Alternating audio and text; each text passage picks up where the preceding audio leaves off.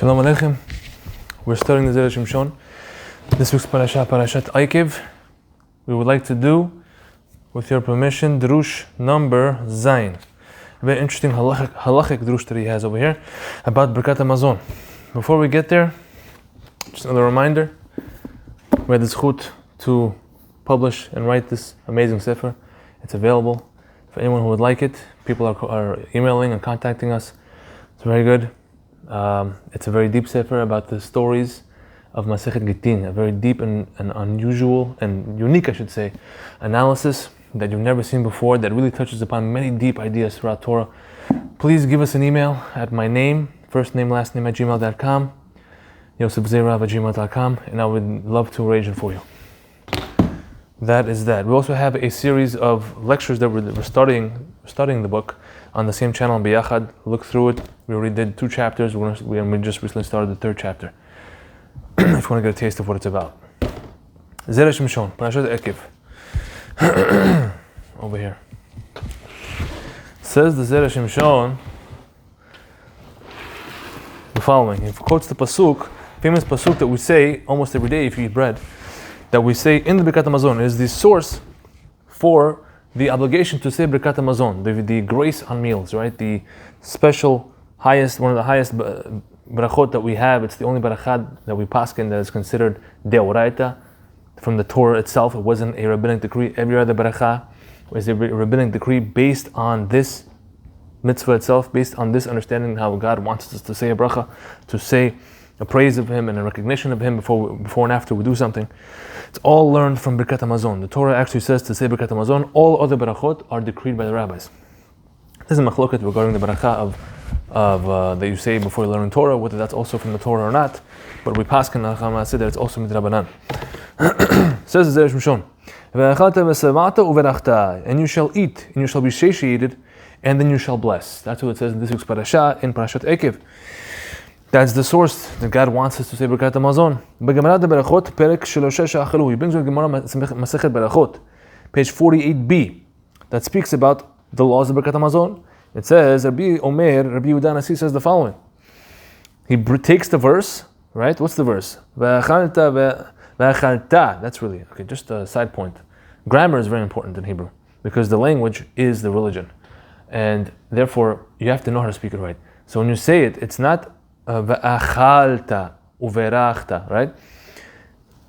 It's not ve'achalta. Ve'achalta means and you ate past tense. And you ate past tense. The correct pronunciation is ve'achalta ve'savata uverachta, right? When you put the pronunciation on the taf at the end, the ta at the end, that's a command. Now God is telling you in the Torah, do it, right? You shall eat and then you shall bless. Not you ate and you blessed, right? And this formation of verbs in general comes out a lot in the Torah. Another place, a very famous place, is Shema Yisrael, Kriyat Shema, right? The very first word after Shema Yisrael is ve'ahavta et, right, etc. It's not ve'ahavta. That's a big mistake. Ve'ahavta means in past tense you used to love God. You used to, which means now you don't love Him anymore. Chas v'shalom. Right? It's supposed to be the other way. It's supposed to be ve'ahavta, which means and you shall love continuously and endlessly. You shall love God. That is how you're supposed to pronounce it. And that's not only on the ve'ahavta. It's on all the other similar formation verbs that appear there, right? Like v'shinantam levanecha v'dibarta bam, not v'dibarta bam. V'dibarta bam means and you used to. In the past, you used to speak about Torah. No, it's v'dibarta bam, and you shall speak about Torah to your children endlessly. Side point, I'm very into grammar. That's one point. Here, Rabbi is making a drasha on the pasuk. He breaks it down. He says, Rabbi Omer, uverachta, when the verse says, uverachta, you shall bless God, zu birkat hazan. That hints to the first bracha that we have in Birkat HaMazon, which is hazanat hakol. V'chule. Al ha'aretz, when the verse continues and says, right, what's the whole verse? On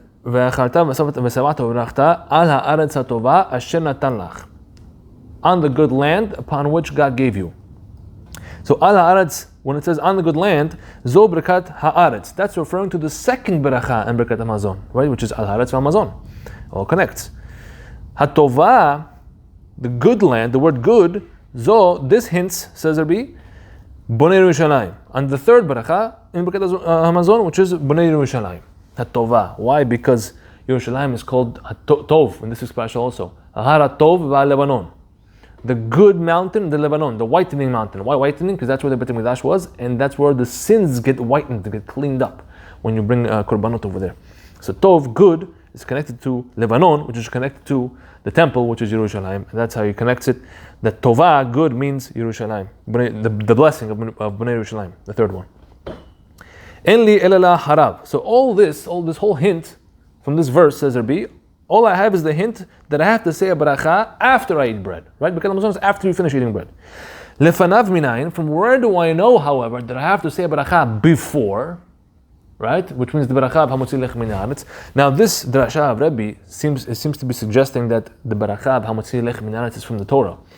That's his opinion. It could be, however, it could be his opinion, but bottom line halakha is that we don't pass in that way, that all other berachot, including hamotzi lechem min haaretz, is from the rabbis, midrabanan.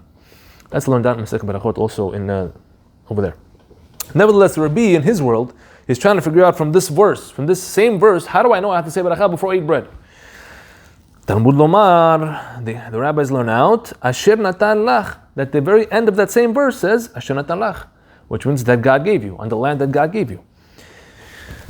What does that teach you? Mishnatan Lach, means land that God gave you. How do you flip it and understand it?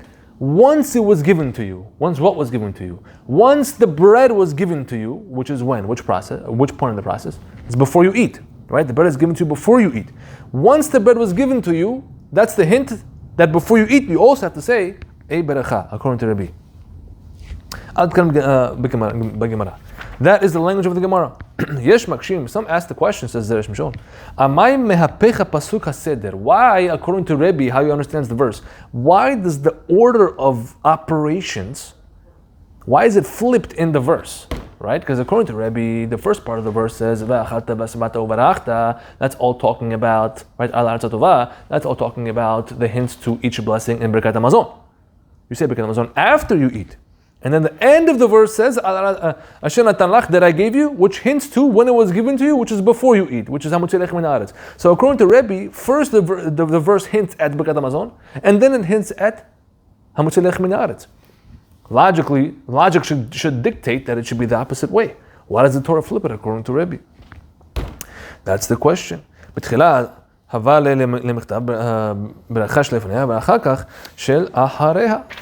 the Torah flip it? According to Rebbe's world. And you can say, he says, based on the following. It says in the Yerushalmi Gemara, the Chala. It says over there, it was taught in the Braita over there, Matzah Gezula. Let's say you have matzah on Pesach that was stolen.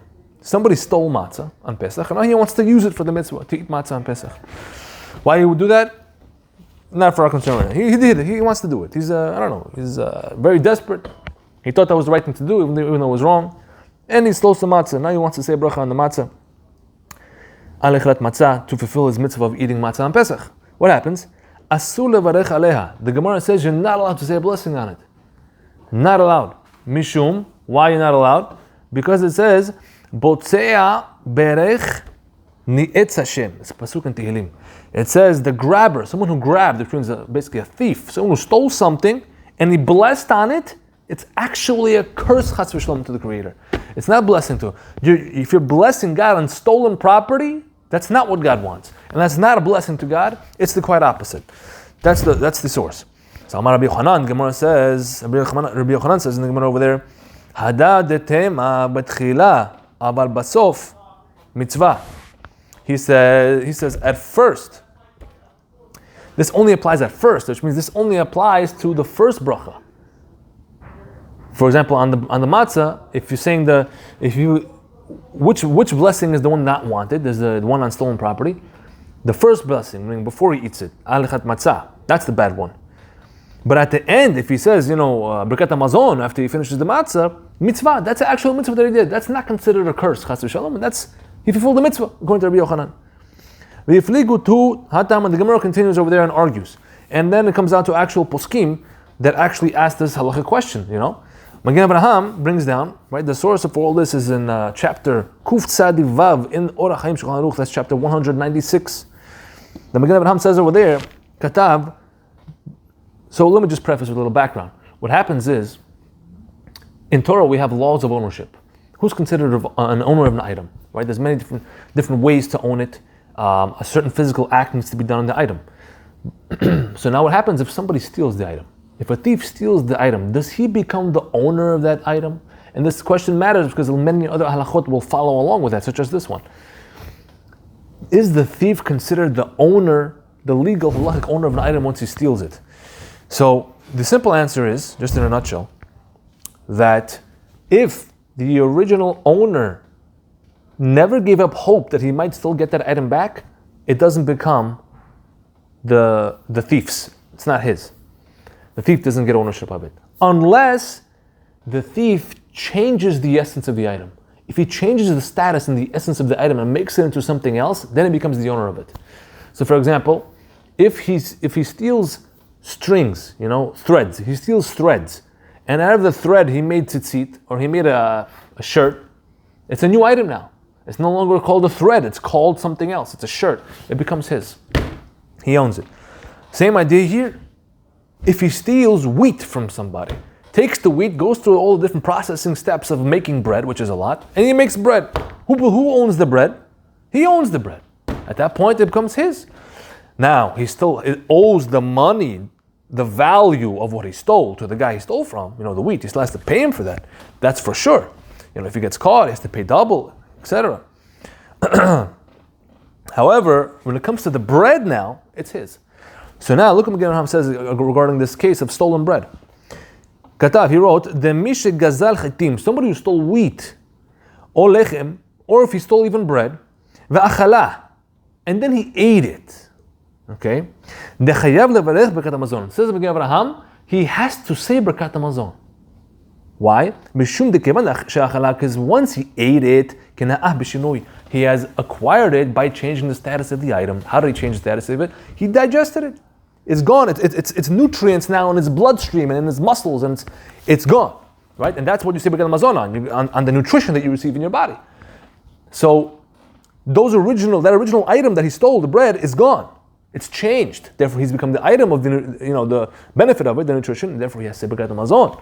But at first, when he couldn't say hamutzi lechem because it wasn't his, because that was the actual item that he stole. He stole the bread. He can't say hamutzi lechem on it. But once it's digested and he ate it, then says Magen Avraham, it's changed status. He becomes the owner. He has to say berkat hamazon. V'damim hu chayav, and he still has to pay the money, of course, of the value that he stole. Nimtza ends up being shema shachal hu shelo, that whatever he ate becomes his. Umekol sheken berkat hamazon deoraita ayan shem, and all the more so since berkat hamazon is a blessing from the Torah itself, we want to be more strict, and therefore you should say it. Aval habet Yosef pasak de in nevarech lo b'tchila v'lo b'sof. But the Bet Yosef, Rabbi Yosef Karo, which is going to be the halacha for us, for Sfaradim, he rules in the Bet Yosef that absolutely not. That if it was stolen property, it doesn't say baracha, not in the beginning and not in the end. Not hamotzi, not berkat hamazon. On any item that's asur, any item that has a prohibition on it, if you ate it, doesn't say any baracha and doesn't make any zimun on it. That's how the Shulchan Aruch paskins, and Seif Aleph in that chapter as well, and that's how it's going to be halacha l'maseh for us. Now, what's going to be for you, you should ask your Rav. But for Sfaradim, that is going to be the halacha. Nevertheless, Zera Shimshon, he wants to entertain the opinion of the Magen Avraham, and he wants to follow along and create a drasha off of it. It says over here, the Bach also, the Beit Chadash, Siman Eskala'el, Dilabasov Chayav Levarech Ledivrei Akol, the Shinui Koneh. He holds that no matter what, you have to say berkat hamazon in this case, where the guy stole and he ate, he has to say berkat hamazon afterwards. V'damim hu chayav, and of course he has to pay the money nevertheless. Ve'eno afilu min ha'etz, and it's not considered a curse if he says berkat hamazon after. Umay de peligi b'Yerushalmi hu b'berachah rishona. And it says in the Gemara in Yerushalmi, that which was the source for all this, where they're only arguing about the first beracha, meaning the alechat matzah, not the after beracha. Come how the Bach understands it. The after beracha, everyone agrees you have to say. V'echad gazal matzah afuya mamash v'chule. Okay.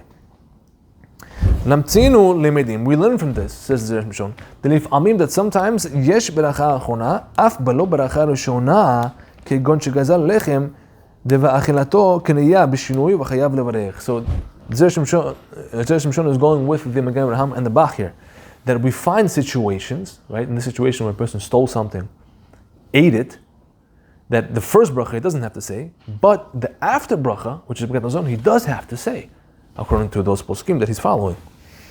Right? So that is the situation. And therefore, that's why the verse, he answers his original question. That's why the verse of is written in that specific way in order to allow for this possibility. Why? If the verse was flipped back and it said Asher Natan Lach, that the hint to the first bracha, right? The hint to Hamotzi.